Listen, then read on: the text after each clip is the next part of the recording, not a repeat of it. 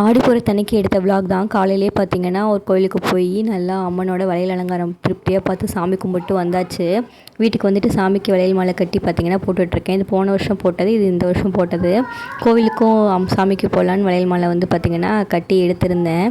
என்னால் முடிஞ்ச அளவுக்கு சின்னதாக கட்டியிருந்தேன். துர்க்கை அம்மனுக்கு பார்த்திங்கன்னா என்னால் கையில் நானே கட்டி கொண்டு போய் வளையல் மாலை போட்டு வந்தேன். அப்புறம் சாமிக்கு அப்போ தான் வளகாப்பு பண்ணுறக்காக எல்லாம் ரெடி பண்ணி வச்சுட்டு இருந்தாங்க.